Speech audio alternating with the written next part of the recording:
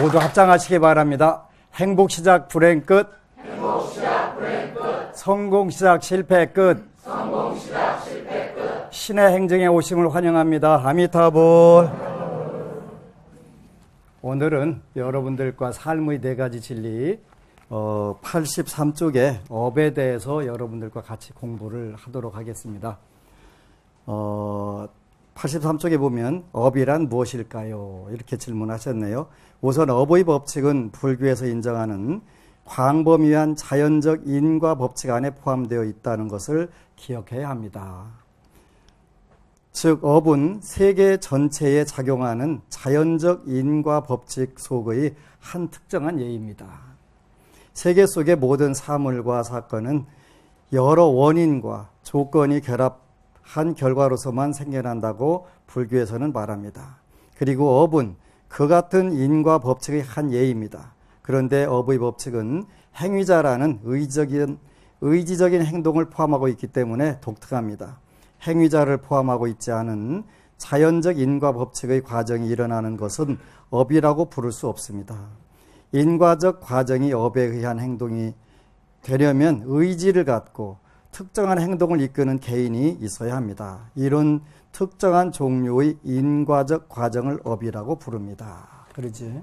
그래서 이제 업에 대한 정의가 나오는데,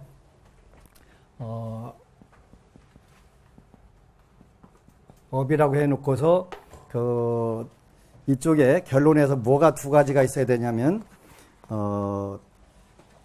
의지가 있느냐 없느냐에 따라서 하고, 그러니까 마음 동기가 있어야 되고, 그 다음에 특정한 행동을 이끄는 개인이 있어야 된다. 사람이 있어야 된다는 뜻이에요. 그죠? 그러니까 사람이 없다면, 의지만 있다면 당연히 안 되겠지.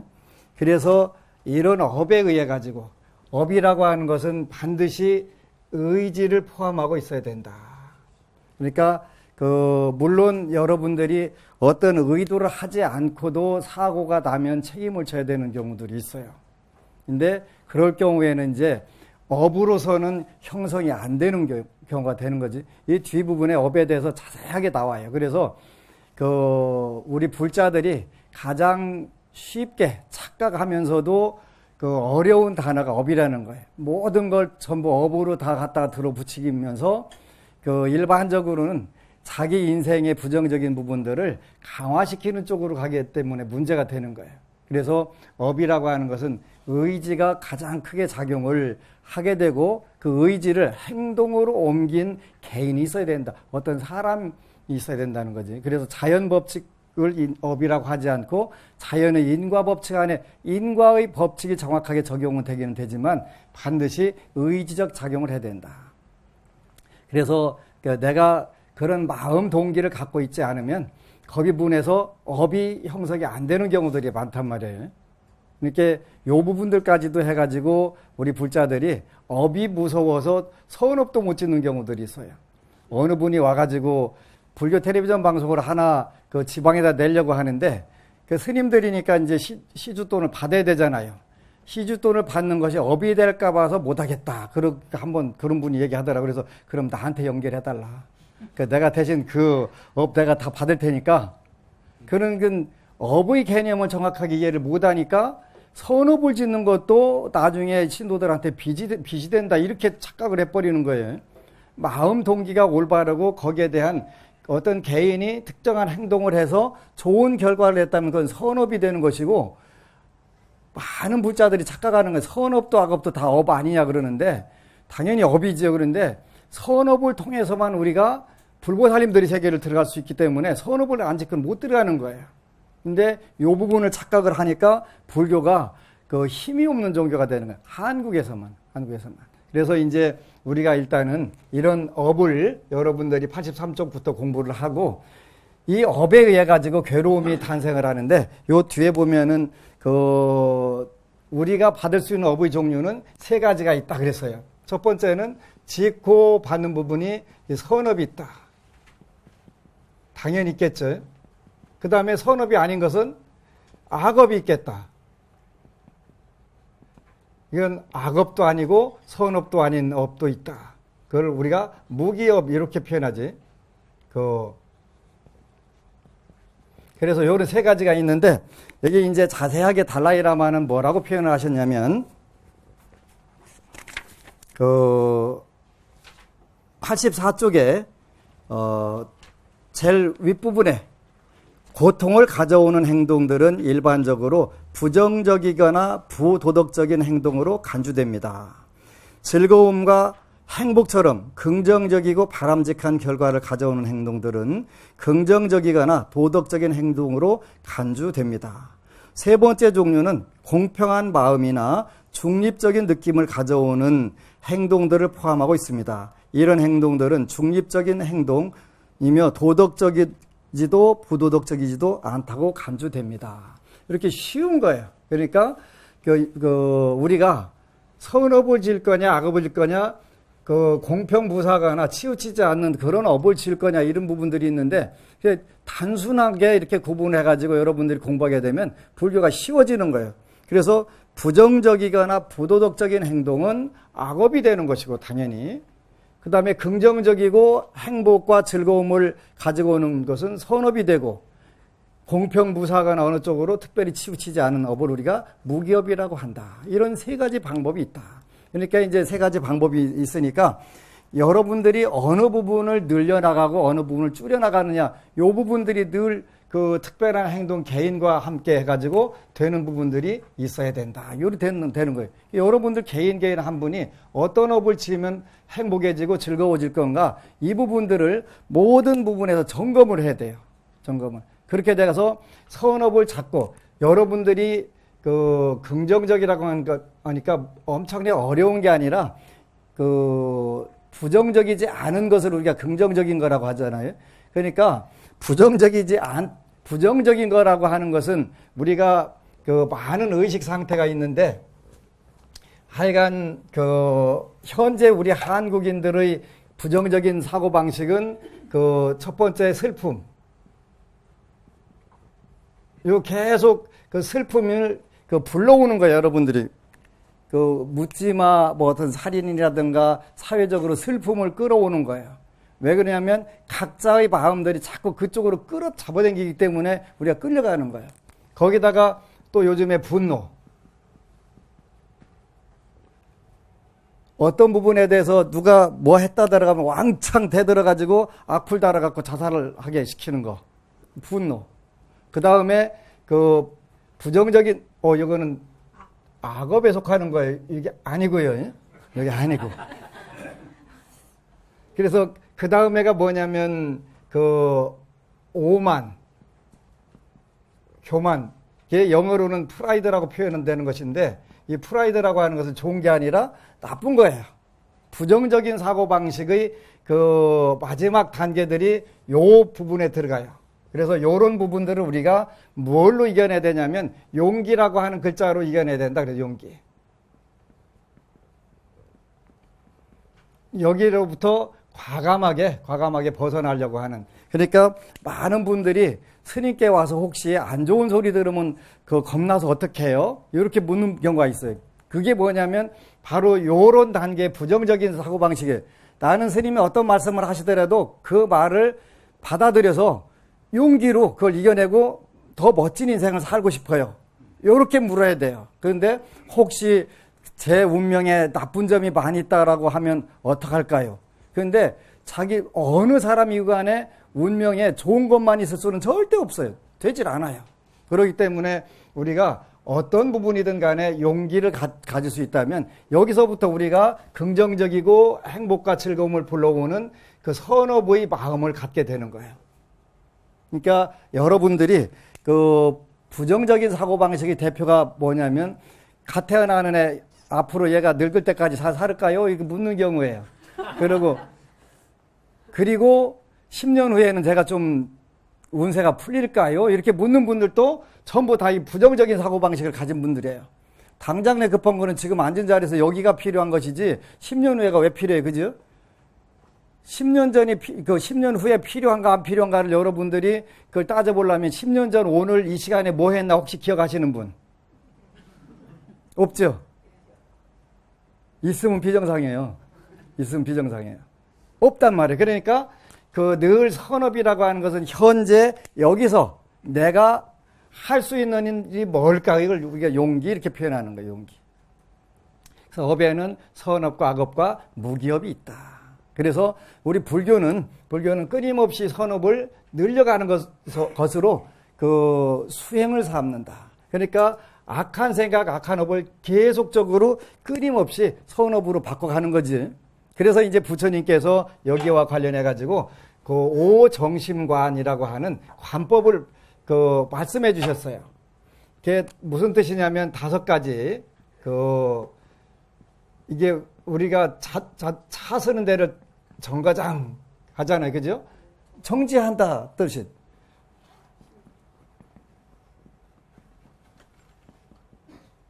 다섯 가지 마음을 멈추게 하는 관법. 이게 우리가 선업을 들이고 악업을 줄여가는 방법으로 그 현실 여러분들이 느끼고 있는 괴로움을 줄여나가는 방법을 우리가 요 오정심관 이렇게 표현해요.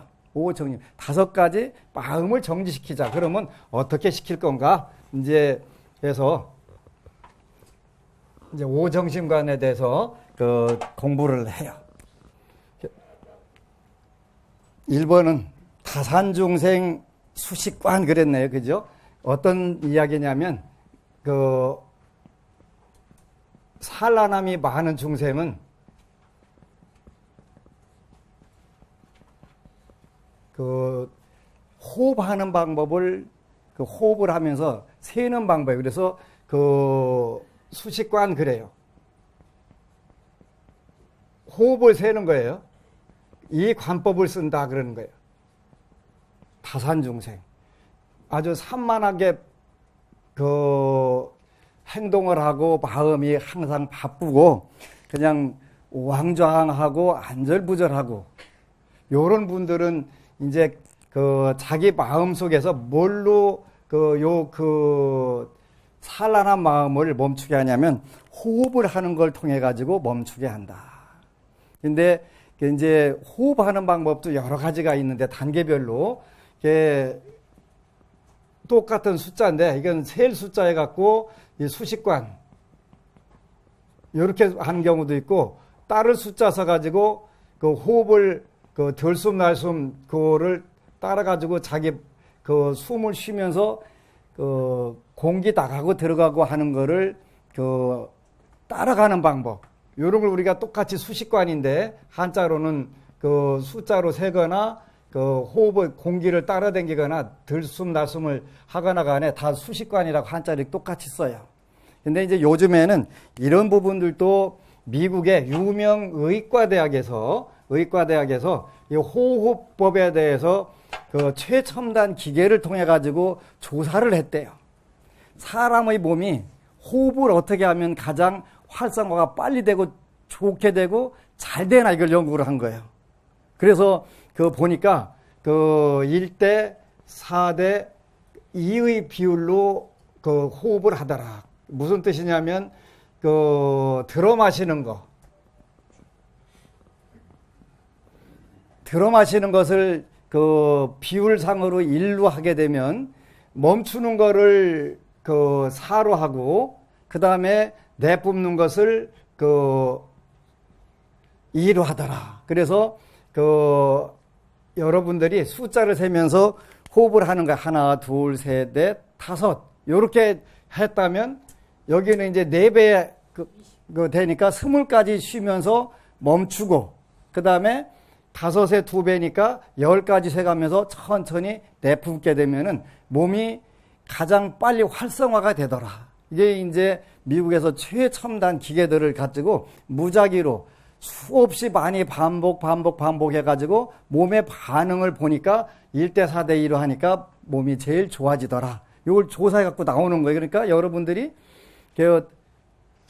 먼저 그 조금 심신을 안정적으로 만들어야 되겠다. 나는 늘 뭔 일을 하더라도 조금 산만하게 한다. 이렇게 되면은 여러분들 자녀 공부하는데도 마찬가지예요. 마찬가지로 이 다산중생은 수식관을 해야 된다. 호흡을 하는데 1대 4대 2로 이렇게 시켜라. 그래서 이제 그 여러분들 자녀들 시험 볼 때도 마찬가지예요. 시험 볼 때도 그 시험지만 보면 갑자기 허둥지둥 하는 경우들이 있어요. 그런데 그런 경우에는 이제 뭐라고 얘기해 주냐면 그 한 2분 내지 3분을 눈을 감고 호흡을 해라. 그래서 이 산란한 마음을 일단 가라앉히고 시험을 보야 제대로 보이게 되잖아요. 보이게 하는 거예요. 그러니까 요거는 우리 생활에서 여러분들도 마찬가지로 많은 부분들에서 응용할 수가 있는 거예요. 어떤 부분에서든지 가능한 거예요. 예를 들어서 그 누구하고 자동차 타고 가다가 접촉사고 났다. 내리자마자 내린 사람 선방 질러가지고 그 넘어져 가면서 큰 사고 터졌다. 그럴 수 있어요. 그런 경우들 많아요. 그지? 지금은 목소리카에 소용없어요. 블랙박스랑 CCTV가 다 찍으니까 아무 소용없어요. 선방 지르는 거 안 하는 게 남는 거예요. 그지? 그때도 우리가 호흡을 1대 4대 2로 몇 번만 하고 딱 내려가게 되면 차분하게 마음이 가라앉으니까 그 조용조용하게 얘기할 수가 있고 그러면서 쉽게 풀 수 있단 말이에요.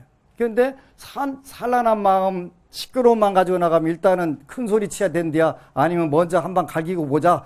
이렇게 되면 이제 거기다 가산 아주 플러스를 많이 하게 되잖아요. 그러면 그 훨씬 더 쉽게 해결할 수 있는 문제가 어렵게 된다는 말이에요. 그리고 불교는 우리가 업을 짓는데 아하 그 우리 자녀들이 공부하는데 산만하더라. 그러니까 그 우리가 같이 그러면 1대 4대 2로 한 10분만이라도 호흡을 해봐야 되겠다. 하게 되면 당연히 차분해지게 되고 좋아지는 거지. 이렇게 현실에서 누구든지 다 써먹을 수 있게 부처님께서는 다 만들어 주신 거예요. 그리고 이제 이게 이제 우리가 호흡하는 방법을 그 주로 다룬 것이 이 수식관이 되는 것이고, 그 다음에 그 두 번째는 다탐중생 그랬네, 그죠? 다탐중생. 탐욕이 많은 중생은 그 부정관을 한다. 부정관.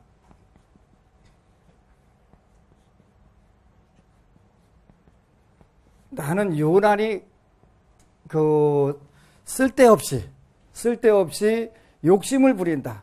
예를 들어서 뭐 음식을 탐하는 경우도 있고 여러 부분들이 많은데 그 우리 주위에도 이게 많은 경우들이 많아요. 그죠? 불필요한 것을 필요 이상 가지려고 그냥 애를 쓰는 경우들이 있는데, 그럴 경우에는 모든 것이 그 특히 자기 몸에 대해서 그 몸을 위해서라면 뭐든지 먹는 사람들 대표적인 탐욕이지. 그래서 그 이름도 잘 쪄요. 그 무슨 그 토룡탕 해갖고 토룡탕이 뭔가 했더니 지렁이 돼.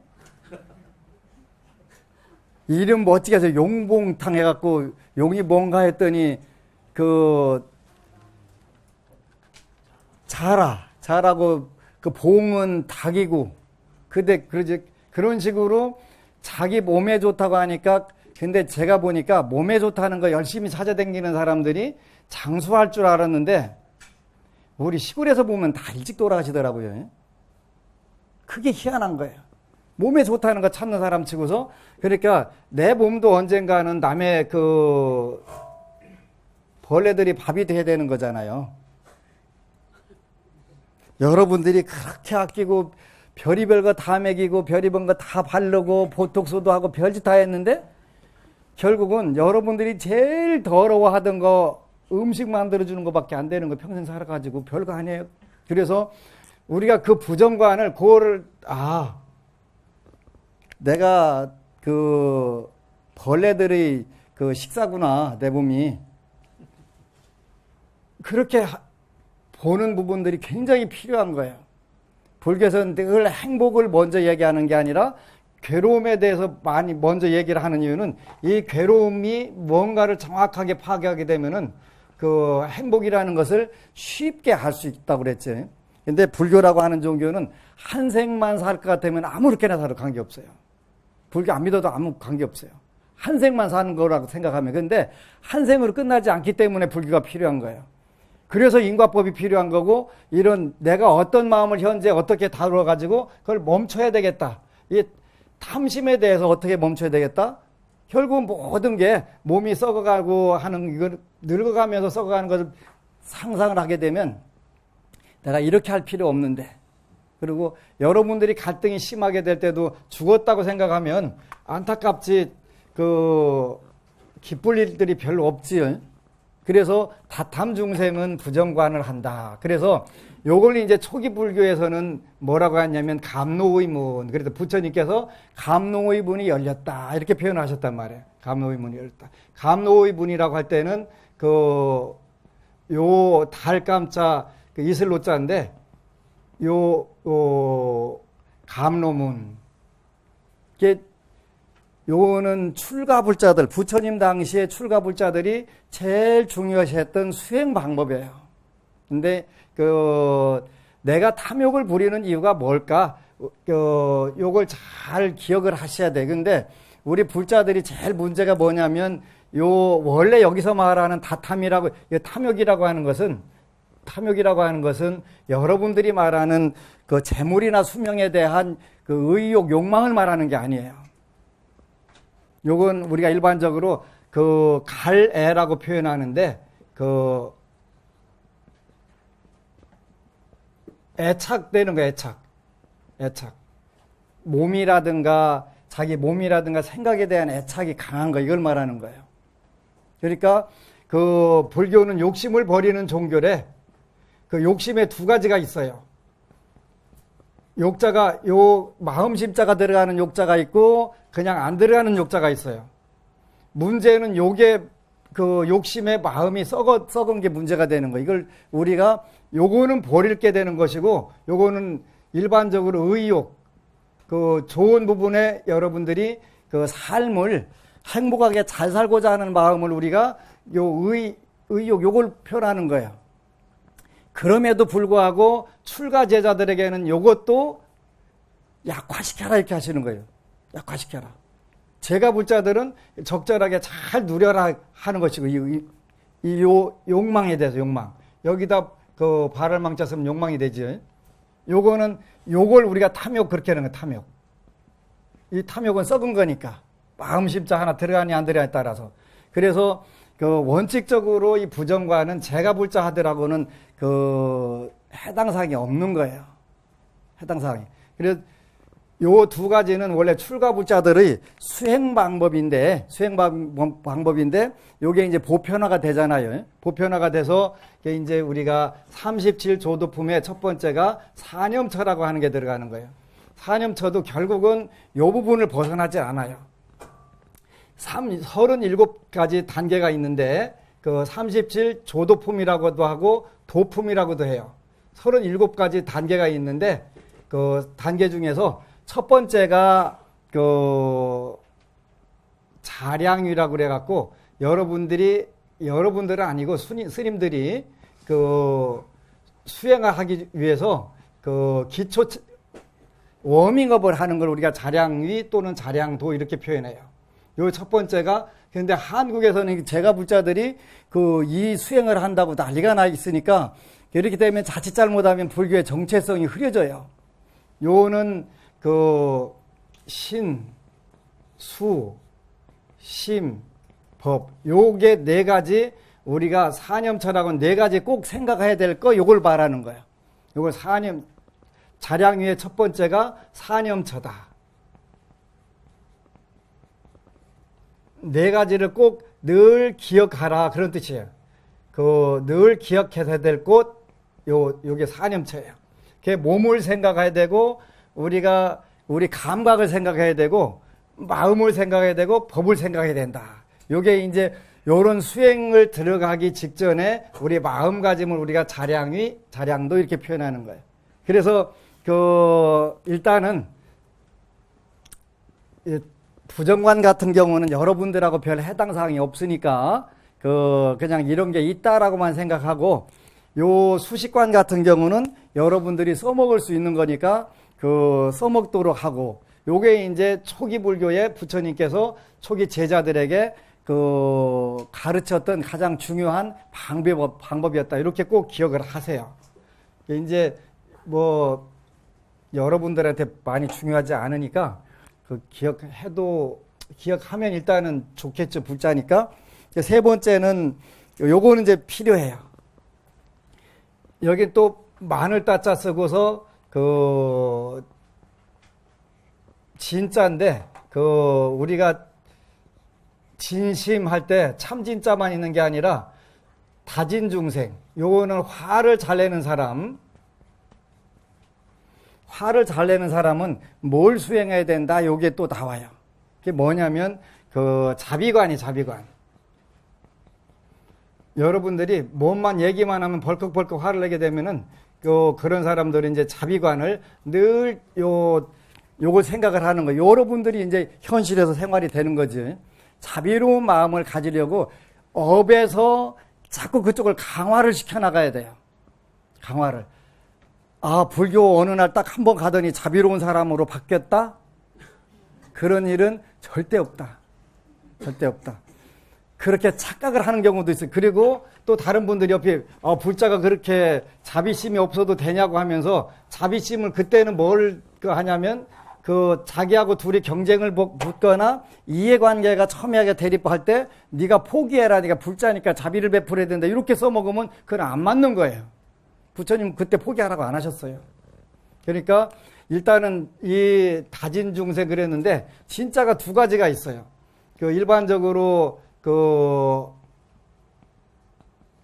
입부자를 붙이는 것도 화내는 거고 여기다 눈목자를 붙이는 것도 화내는 거예요. 근데 어느 쪽이나 관계없어요. 그러니까 입으로 욕을 하고 난리 난 것은 요진자를 쓰고 이건 눈을 흘기고 옆으로 떴다 위로 떴다 하는 거는 요거를 쓰고 하는데 둘 다 화를 내다 그런 뜻이에요. 화를 많이 내는 중생들은 자꾸 자비심을 훈련을 해라 그러는 거예요. 자기 마음을 관하라는 거예요. 자비로. 자꾸 살펴보라는 거예요. 살펴보다 보면 내가 지금 뭐 때문에 열받아갖고 씩씩거리고 있구나. 요거 조금 쉬어야지. 자꾸 훈련을 통해서 바꿔간다는 거예요. 그러니까 평생 해도 안 되는 경우들이 있어요. 그죠? 근데 이제 이 불교는 늘 뭐라고 하냐면 응병여약 그래요. 병에 따라서 약을 준다. 병을 따라서 약을 준다. 그러니까 병을 따라서 약을 준다는 것은 그 병에 맞는 약을 정확하게 준다. 그런 뜻이에요. 그러니까 산란한 사람이 아주 산란한 사람이 자비관을 하거나 하면 아무런 의미가 없어요. 오히려 더 악화를 시킬 수가 있어요. 그러니까 아무 관계 없는 거지. 산란한 사람이. 그리고 탐욕이 많은 사람이 수식관을 해도 아무 의미가 없어요. 그리고 자비관에도 의미가 없고. 그러니까 많은 분들이 이제 상담하러 오셔가지고 저는 어떤 성격이 화를 되게 잘 내는데요. 그러면 100일 기도를 해라. 100일 기도해갖고 하루에 1%씩만 줄여라. 그러면 며칠이면 끝나요? 100일이면 끝나는 거예요. 근데 요거 하나만 집중적으로 하거나 요거 하나만 집중적으로 하는 거예요. 한꺼번에 3개 다 하려면 안 돼요. 그게 이제 어느 약사님이 계신데 유능한 약사는 약국하는 운영 방법 가르쳐 드릴게요. 콧물에 기침에 열이 나는 감기 환자가 왔다. 그러면 이게 3개를 한꺼번에 잡아주면 안 되는 거예요. 안 되는 거예요. 첫 번째 콧물 하나 개게 해주는 거예요. 제가 콧물은 갰는데 기침이 안 갰는데요. 그럼 다시 기침 개게 해주는 거예요. 두 번째 왔지. 그 다음에 열이 안 내렸는데요. 그럼 세 번째 온 거예요. 그러면 일단 수입이 한 번 올 걸 3번 왔으니까 3배로 늘잖아요. 그리고 하나씩 들으면 굉장히 용하다고 한대요. 사람들 심리가 한꺼번에 다 들으면 용하다고 안 한다는 거예요. 여러분들도 잘 환영을 하세요. 생활에서 필요한 거예요. 굉장히 필요한 거예요. 그런데 불자들이 특히 저를 포함해서 많은 분들이 착각을 하는 게 있는데 금강경을 잘못 읽어서 무주상 모시를 굉장히 착각해가지고 지금 한국 사회가 불자들이 들어가는 데는 다 시끄러워요. 불자들이. 무주상 모시가 부산에서 법회 보는데 무주상 모시가 뭐예요? 그러더라고요. 머무름이 없는 보시를 한다. 그래서 굉장히 좋다. 상이 없는 그 보시를 한다. 요거는 그 원칙적으로 여러분들이 무주상 보시를 잘하는 방법은 그 생색을 잘 내는 거다. 적절한 시점에 아주 감쪽같이 생색을 내가면서 그 상대방한테 각인을 시켜주는 거예요. 그걸 안 하게 되면 부처님이 무주상 보시를 하라고 그랬으니까 나는 그 내가 이번에 돈 얼마 썼는데 얘기를 안 해야지. 근데 안 하니까 내가 도대체 얼마 썼는지를 모르네. 안 알아주는 거예요. 난 지금 정말 어렵게 해서 큰 돈 썼는데. 그래가지고 그다음부터 막 속이 뒤틀리는 거예요. 내가 지금 얼마를 쓴 건데 저 인간이 알아주지 않는 거야. 그래 하면서. 그래갖고 이렇게 병이 되는 거예요. 이 병이 된 가장 그 심각한 때가 언제? 명절 때. 명절 때. 명절 후에 그 이혼이 늘어나는 이유가 요것 때문에 그러는 거예요. 그러니까 여러분들은 불자들은 그 관세음보살, 지장보살이 되기 전까지는 생색을 어떻게 하면 이때 잘 내가지고 내가 돈 썼다는 것도 좀 얘기하고 내가 애썼다는 것도 좀 알아줬으면 좋겠고 요거를 잘 얘기를 하는 거예요. 표현을 이쁘게 하는 거예요. 열받아갖고 씩씩거리고 앉아있는데 내가 너 지금 엄청나게 비싸게 쐈다 그러면 공덕이 없어진단 말이에요. 그러니까 적절한 시점에 적절하게 딱 타이밍을 잡아가지고 기가 막히게 딱 하는 거예요. 무주상보시라고 하는 건 중생을 무주상보시는 생색을 적절하게 적정한 때에 아주 기가 막히게 지혜롭게 잘 하는 거다. 그래서 생색 잘 내는 거 중요한 거예요. 생색 안 내면 나중에 그 전혀 몰라요. 모르는 거예요. 몰라가지고 나중에 내가 너 얼마나 잘해줬는데 그러냐? 뭘 잘해줬? 그때 미리 얘기했으면 이 부분에서 신경 썼구나 이걸 알게 되는 거예요. 그래서 절대로 그 여러분들이 그 수보리 존자처럼 아라한이 돼서 보살로 돌아가는 게 아니면 무주상 보시는 적절한 시점에 아주 생색을 잘 내는 것이 필요하다. 그래서 그 탐욕이 많은 중생은 부정관을 해야 되는 것이고 화를 잘 내는 중생은 자비로 계속 자기 마음을 살펴보라는 거예요. 한번 자비관 이렇게 하고서 여러분들이 알았다고 하면 안 되는 거예요. 아는 게 그게 아니에요. 그래서 그 꾸준히 자기 마음을 살펴서 계속 반복해가지고 조금씩 계속 바꿔나가는 거예요. 근데 바꿔나가면 혹시 나만 이렇게 자비관을 베푸르면 손해가 안 날까 하는데 손해 나지 않아요. 자기 마음이 바뀐 거는 세상 사람들이 먼저 알아요. 여러분들 기도해갖고 얼굴 변하면 좋아지면 무슨 좋은 일이냐고 다 묻잖아요. 그건 뭐냐면 여러분들이 반복하는 그 여기에서 업 중에서 선업이 강화가 되니까 그게 얼굴로 드러나는 거예요. 몸으로 드러나고 입으로 드러나고 생각이 다시 또 그 서로 세 가지가 계속 반복해갖고 좋은 쪽으로 가게 되지요. 그거를 이제 그 여기서 보면은 하여간 부정적이거나 부도덕적인 행동, 악업, 즐거움과 행복처럼 긍정적이고 바람직한 결과를 가져오는 행동. 그래서 긍정적이나 도덕적인 행동, 세 번째는 공평한 마음이나 중립적인 느낌을 가져오는 행동들도 포함되어 있다. 그래서 중립적 행동이다. 그래서 선업, 악업, 무기업이라고 하는 부분들이 있고 업에 의한 실제적인 행동은 정신적 행동과 육체적 행동 두 종류로 나뉜다. 그러지? 여러분들이 심리적인 부분과 육체적으로 하는 부분하고 두 가지로 나눠진다. 정신적 행동은 반드시 육체적 행동을 통해서 표현될 필요는 없다.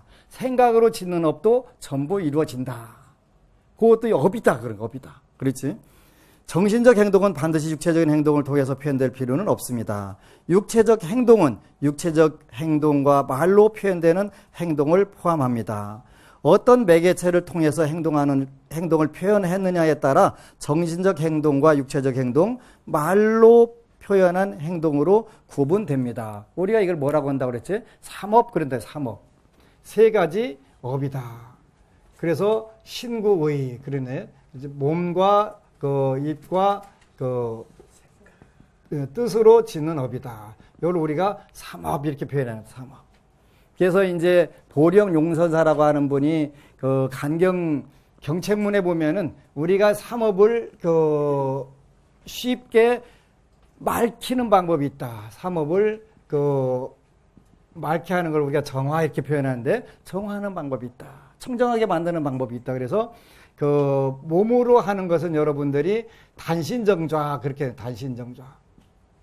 몸을 그 단정히 앉고 바르게 하고 바르게 앉는다. 단신정좌. 몸으로 짓는 업을 소멸하는 깨끗하게 맑히는 방법이 뭐냐면 단신정좌다. 기도할 때 여러분들이 단신정좌를 해야 될 필요가 몸으로 짓는 업을 맑게 하기 위해서 필요한 거다. 그래서 어려운 게 아니라 대단한 게 아니라 단정한 몸, 바르게 앉는 자세, 이게 필요한 거다. 그리고 입으로 짓는 업을 맑게 하는 것은 구무자번이 있다. 구무자번. 입으로는 잡된 말을 하지 않는다.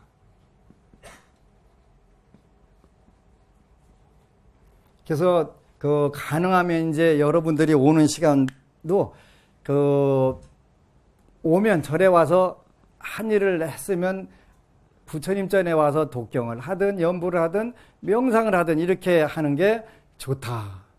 근데 옆에 앉아가지고 신도들 여러분들만 빼고 신도들 누가 어땠대 그래가면서 뒷 모습 봐가면서 손가락질하면서 킥킥거리가면서 흉박하면서 그렇게 하게 되면은 이제 또 다른 사람이 또 여러분 하지요.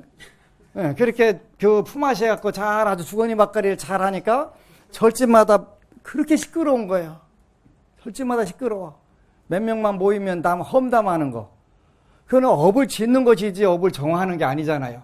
그래서 구무자번 입으로는 쓸데없는 이야기 하지 말고 그냥 절에 와가지고 몇 시간 붙어서 얘기하고 나서 또 집에 가서 전화할게 하고서 또 몇 시간 붙잡아갖고 전화하고 내일 만나서 또 얘기하자 그래갖고 또 하고 전부 뭐예요?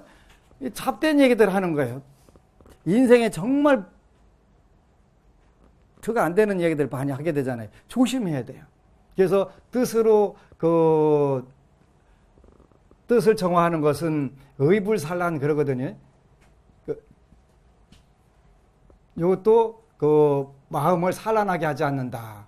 그리고 이게 필요하다는 요렇게만 하면 여러분들이 삼업을 맑게 해나가는 것이다. 그래서 요렇게 삼업을 무슨 굉장히 어렵게 3000배를 해야 되는데 10,000배를 해야 되는데 그래서 업이 지켜져 나가는 게 아니라 원래 불교는 쉽게 되는 거 쉽게 이렇게 간단하면서 아주 가장 효율적이고 좋은 방법을 쓰는 거예요. 쓰는 거예요. 그래서 어려워야 업이 소멸되는 게 아니라 쉬워도 어떤 방법을 쓰느냐에 따라서 그 효과들이 굉장히 크게 잘 나타나는 거예요. 그래서 5가지 마음을 정지시킨다. 멈추게 하는 거예요. 멈추게 하는데 그거를 한 번에 안 멈춰지니까 계속 그것을 관찰한다. 이런 뜻이에요. 마음을 관찰하는 거예요. 그래서 조금씩 1%씩 자기 성격의 어느 부분인데 그러니까 이번 100일 기도에는 내가 어떤 마음을 산란한 마음을 멈춰야 되겠다. 아니면 나는 식탐이 유난히 많다. 이 부분들에서 내가 어떻게 컨트롤을 해봐야 되겠다. 이런 목표를 세워가지고 기도를 하면서 한다면 금방 바뀌는 거예요. 그래서 이런 부분들이 굉장히 중요하고 정신적 행동과 육체적 행동이 있는데 불교라고 하는 종교는 인도 당시에 부처님을 비롯해서 많은 사상가들이 있었는데 특히 부처님은 의업, 이 마음을 가장 중요시했어요. 그리고 인도의 브라만 같은 경우는 이 구업을 굉장히 중요시해가지고 배달을 전부 외우고 늘 입으로 진언을 외우고 했던 것이 있었고 그 다음에 자인화교라든가 나체로 수행하고 하던 분들은 몸으로 하고 고행을 하면서 가시밭에 둥글거나 하는 그런 수행 방법들이 3가지가 있었어요. 그런데 오늘날은 불교에서 이 방법도 3가지를 다 써요. 쓰는데 가장 중요한 것은 역시 이 의업이 되는 거예요. 그래서 여기다가 다른 걸 쓴 게 아니고 마음을 관찰하는 방법이다. 이렇게 쓴 거예요. 몸이라든가 입을 관찰하는 방법이 아니라 마음을 지속적으로 관찰해갖고 바꿔나가라 이런 뜻이 되는 거예요. 굉장히 중요한 거예요. 그런데 오늘날 그 안타까운 부분들이 있는데 그 대승불교의 오명이라고 한 5과목에서는 의박명이 들어가요. 그 스님들은 의학적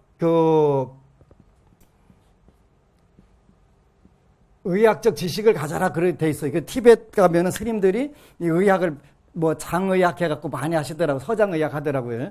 근데 이제 오늘날 이 불교가 한국에 와서 혼란을 겪다 보니까 예를 들어서 108배나 3000배로 하면 안 되는 분들이 있어요. 혈압에 문제가 있거나 관절에 문제 있는 사람들이 있어요. 그런 경우에는 요 3000배나 하게 되면 주저앉아요. 그리고 빨리 노쇠가 와가지고 심각한 장애가 와요. 그런데 무조건 3000배 해버린다는 말이에요. 그거하고 똑같은 거 이것도. 각자 수식관을 할 거냐, 부정관 할 거냐, 자비관을 할 거냐, 요것을 정확하게 일러주어야 되는데 그 지식이 없게 되면은 거꾸로 시키는 거예요. 화 잘 내는 사람한테 수식관 시키거나 부정관 시키거나 하면은 그건 약발이 안 듣는 거예요. 그러면 더 강화가 되는 경우가 있어갖고 더 난리 치는 경우들이 있는 거예요. 그래서 부처님은 응병약 정확하게 약에 따라서 병에 따라서 약을 주는 경우들이 많이 있었다. 그래서 정신적 행동과 육체적 행동업들이 있는데 이런 부분들을 우리가 요 책들을 읽어가면서 자세하게 읽어보면 아주 분석을 엄청나게 잘 해놨어요. 달라이 라마께서 왜 세계적인 고승이시고 대단하신 분인가 하는 부분들이 여기에 나오게 되거든요. 그래서 업을 받는 방법들이 뒤에 쭉 나와요. 결과가 발생했을 때, 하지 않았을 때, 뭐, 요런 부분들에서 쭉 나오는데, 87쪽에 두 번째 단락에 부정적 행동의 종류는 매우 다양하지만, 불교 경전에는 그것들을 10가지의 부정적 행동들, 즉, 부도덕한 행동들로 요약하고 있습니다. 몸으로 하는 3가지 행동, 말로 하는 4가지 행동, 마음으로 하는 3가지 행동들입니다. 신삼, 구사, 의삼, 십선업, 십악업 요거 말하는 거예요. 그러니까 달라이 라마께서 엄청나게 말씀하시는 게 아니라 천수경에 나오는 악업에 대해서 이렇게 자세하게 나오는 거예요. 그래서 이런 부분들을 조금씩 해나가면 되는 거기 때문에 어렵게 힘들게 대단한 부분들이 아니라 그게 하나하나가 모여가지고 여러분들 현실이 되는 거지. 그래서 이제 어쨌건 가나 이런 강의를 듣고 하는 공부를 하는 이유는 꼭 언제든지 여러분들이 목적을 이루면 안 돼요. 목적은 안락해요. 편안하고 즐거우려고 믿는다. 요게 되면은 내가 어느 부분에서 어떻게 하면 편안해지겠다. 어느 부분에 어떻게 하면 즐거워지겠다. 요 목표가 정확하게 쓸 때만 요게 재밌게 되는 거예요. 변화를 일으켜야지 내가 내 마음에 보니까 이렇게 문제가 되네. 이런 걸 털어나가게 되겠지. 그래서 이런 부분들을 해나가는 것이 가장 중요하니까 어렵게 생각하지 말고 현실에 조금씩만 해나가게 되면은 금방 여러분들이 한 생뿐만 아니라 세세생생 좋은 일들이 일어나게 된다. 꼭 기억하시고 다 기억은 못하더라도 내가 내 마음을 어떻게 관찰해서 어느 부분이 많은 부분들에게 덜어내고 요거를 현실 쪽에서 편안하고 즐겁게 만들어 봐야 되겠다. 그거를 기억하게 되면 반드시 여러분들 현실 생활이 천상락과 극락이 되게 되겠지요. 꼭 그런 불자 되시기를 축원합니다. 아미타불. 그리고 여러분 사랑합니다.